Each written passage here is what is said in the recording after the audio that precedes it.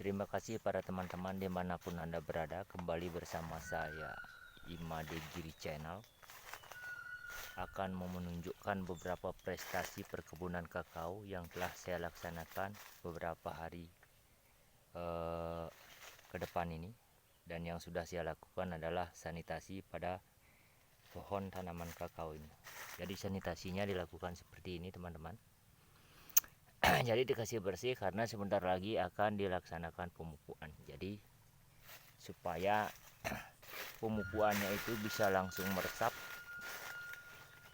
dan tidak tersangkut di daun kakao itu sendiri. Jadi metodenya seperti itu. Ada dua metode sebenarnya yang dilakukan saat pemupuan.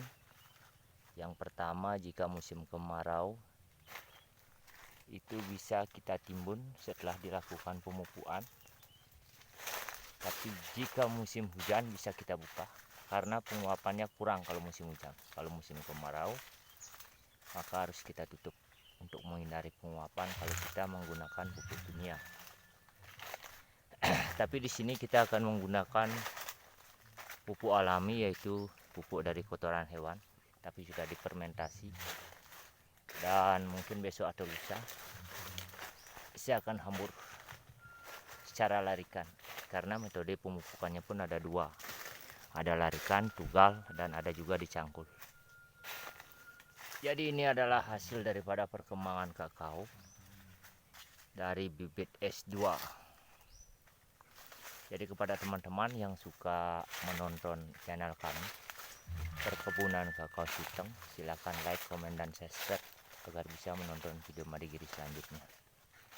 Ini sudah dilakukan pemangkasan sanitasi kemarin.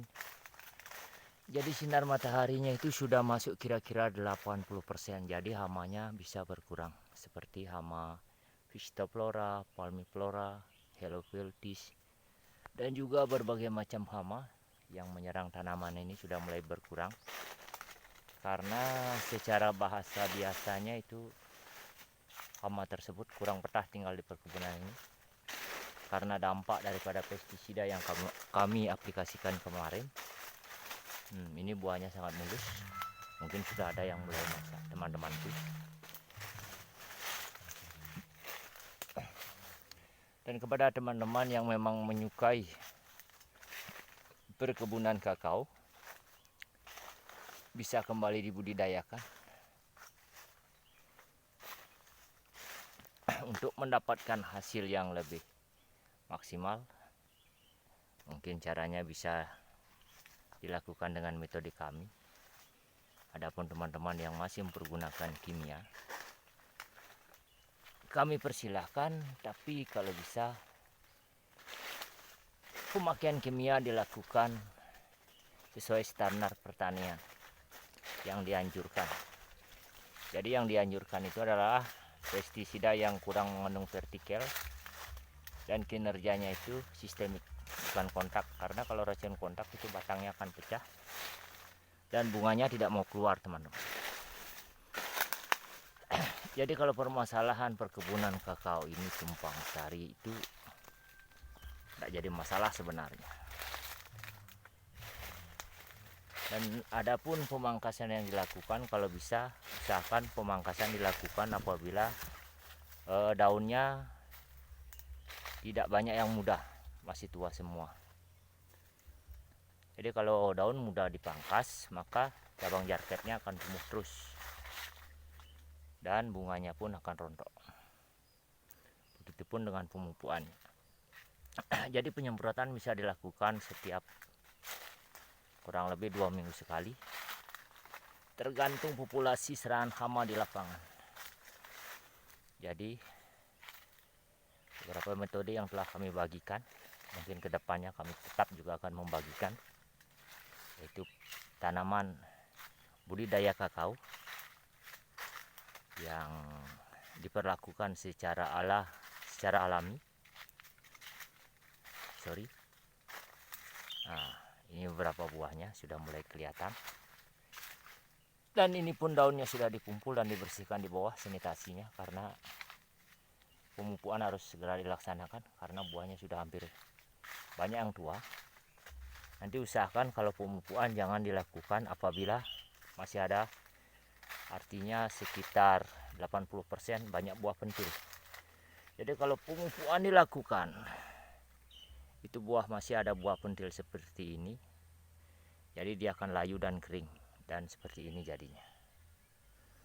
Karena dampak pemupukan itu sendiri. Mungkin saya close up lebih dekat lagi, teman-teman. Dia akan seperti ini.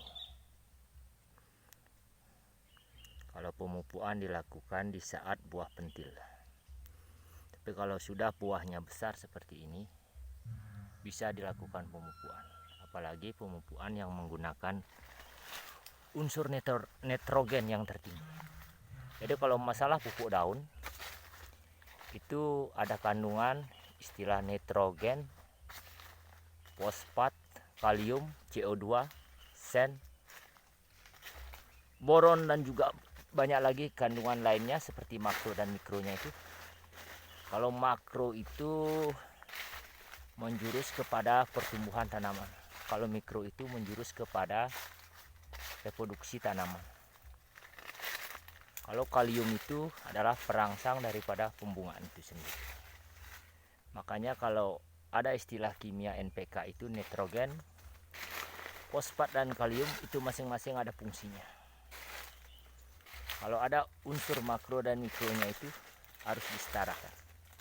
Karena kalau nitrogennya terlalu tinggi, itu menyebabkan kerusakan pada tanaman itu sendiri. Misalkan diseimbangkan kalau memang mau mempergunakan kimia.